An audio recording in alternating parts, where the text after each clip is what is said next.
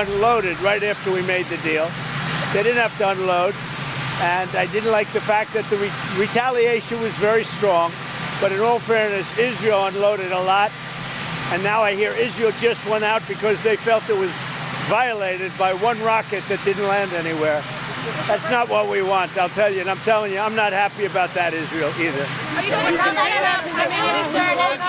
All I do is play both sides. I'm going now, as you know, to NATO.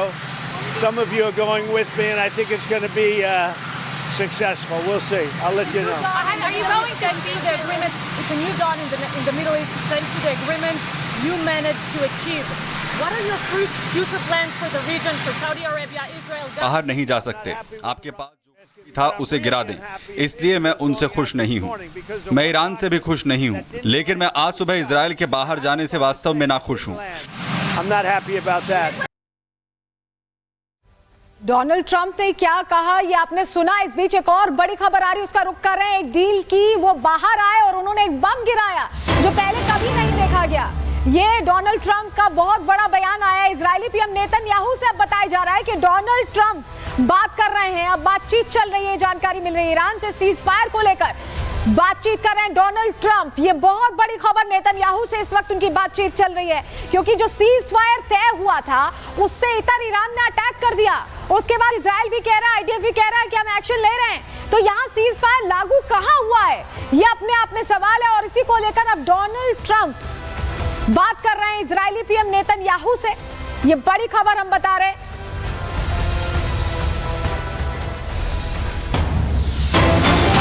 और इस बीच एक और बड़ी जानकारी जो युद्ध को नए मोड़ पर ले जा रही है। ट्रंप ने नेतन्याहू से ईरान पर हमले रोकने को कहा है, और इस पर नेतन्याहू का जवाब जो बता रहा है कि युद्ध थमने वाला नहीं है, फिलहाल नहीं रोक सकता हमले।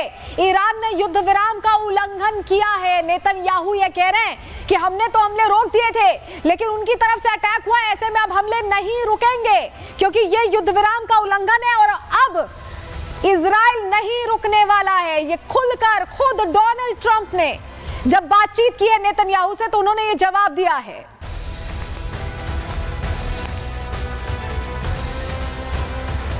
तो देखिए बहुत बड़ी खबर है कि ट्रंप अब नेतन्याहू से बात करें, लेकिन जब ये सब कुछ हुआ, सीज फायर को लेकर कई बार ऐलान हुआ, उसके जब ट्रंप मीडिया के सामने आए उन्होंने क्या कहा, फिर से एक बार सुनिए जिससे आप समझ पाए कि पूरा घटनाक्रम किधर जा रहा है। सुनिए।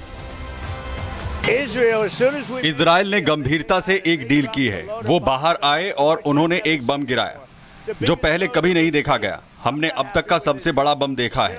मैं इजराइल से खुश नहीं हूं। जब आप बैठे होते हैं तो ठीक है, आपके पास 12 घंटे होते हैं। आप पहले घंटे में बाहर नहीं जा सकते।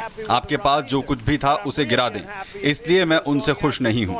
मैं ईरान से भी खुश नहीं हूं, लेकिन मैं आज सुबह इजराइल के बाहर जाने से वास्तव में नाखुश हूं। I'm not happy about that. तो सुना आपने, डोनाल्ड ट्रंप ये कह रहे हैं कि वो नाखुश है, लेकिन उनकी नाखुशी से ऐसा लग रहा है किसी को कोई खास लेना देना नहीं है, क्योंकि नेतन्याहू भी कह रहे हैं क्योंकि अब उल्लंघन हो गया तो हम तो अटैक करेंगे। लेकिन इन 12 दिनों के युद्ध में क्या हासिल हुआ है, किसके कौन से लक्ष्य पूरे हुए? इजराइल ने इसे शुरू किया था, तो क्या इजराइल के लक्ष्य पूरे हो पाए? जरा रिपोर्ट के जरिए आपको समझा रहे हैं।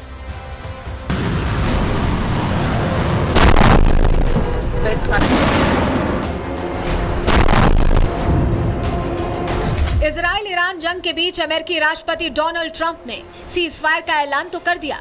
खुद की आदत के तहत दोनों देशों से पहले ही जंग थमने की घोषणा कर दी। लेकिन अब ट्रंप के सीज फायर वाले ट्वीट पर सवाल भी उठ रहे हैं। सवाल उठ रहे हैं कि इस जंग में किसको क्या हासिल हुआ? क्या जिस खतरे की वजह से इजराइल ईरान के बीच जंग चल रही थी वो खतरा टल गया?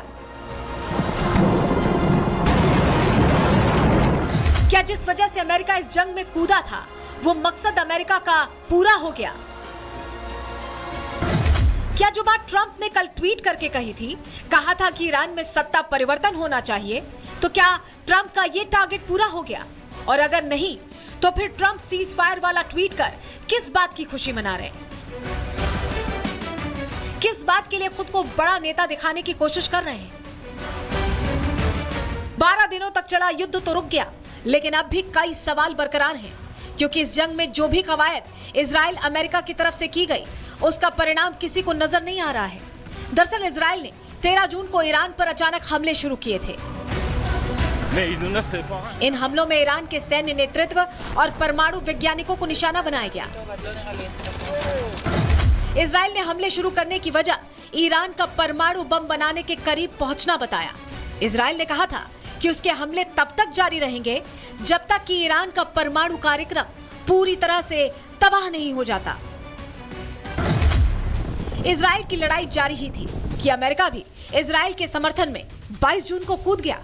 ट्रंप ने पहले तो ईरान को आग दिखाने की कोशिश की, लेकिन जब बात नहीं बनी तो अमेरिका ने अपने बेहद ताकतवर B-2 बम वर्षकों का इस्तेमाल करते हुए ईरान में बंकर बस्टर बम गिराए। इन हमलों के बाद इजराइल और अमेरिका ने दावा किया कि ईरान की परमाणु सुविधाएं तबाह हो गई हैं। तेहरान के लिए परमाणु कार्यक्रम आगे बढ़ाना लगभग नामुमकिन होगा, लेकिन इस अमेरिकी हमले के बाद जो रिपोर्ट सामने आई उसने अमेरिका के दावों पर ही सवाल खड़ा कर दिया, क्योंकि एक्सपर्ट की रिपोर्ट ये नहीं मानती कि ईरान की न्यूक्लियर फैसिलिटी अब तबाह हो गई है।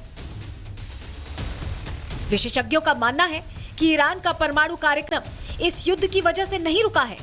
हालांकि स्पष्ट यह भी नहीं है कि अमेरिका और इजरायली हमलों ने फोर्डो, नतांज और इस्फहान में परमाणु सुविधाओं को कितना नुकसान पहुंचाया है। लेकिन विशेषज्ञों का मानना है कि न्यूक्लियर साइट्स को सिर्फ बाहरी नुकसान हुआ है, क्योंकि अगर ज्यादा नुकसान हुआ होता तो रेडिएशन निकलने की खबरें सामने आती, जो कि अब तक सामने नहीं आई हैं। इसी बीच यह भी दावा किया गया कि अमेरिकी हमलों से पहले ही ईरान ने 60% तक यूरेनियम किसी सुरक्षित साइट पर ट्रांसफर कर दिया था, जिससे साफ है कि अमेरिका और इजराइल का लक्ष्य नंबर 1 तो पूरा नहीं हुआ। अब बात दूसरे लक्ष्य की। इजराइल ने लड़ाई शुरू होने के एक दिन बाद ही अपने युद्ध के टारगेट में तेहरान में सत्ता परिवर्तन की बात जोड़ दी थी।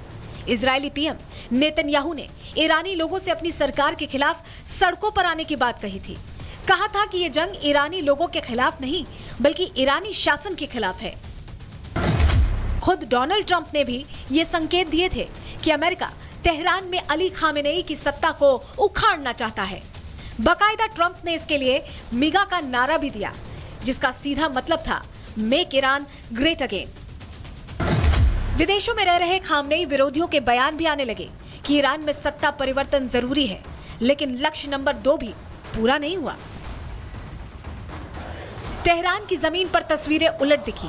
इजराइल और अमेरिका के खिलाफ ईरानी जनता ने सड़कों पर उतरकर युद्ध के मुश्किल समय में अली खामेनेई के साथ अपनी एकजुटता दिखाई। इस दौरान कई लोगों के हाथों में खामेनेई और इजरायली हमलों में मारे गए सैन्य ऑफिसर्स की तस्वीरें देखी गईं, जिससे साफ हो गया कि सत्ता परिवर्तन की कोशिश भी फेल हुई। खामेनेई को हटाने की जगह इस युद्ध ने कहीं न कहीं खामेनेई की सत्ता में पकड़ को और मजबूत कर दिया। 12 दिन के युद्ध से बहुत हद तक यही साफ हो पाया कि अमेरिका और इजराइल ने मिलकर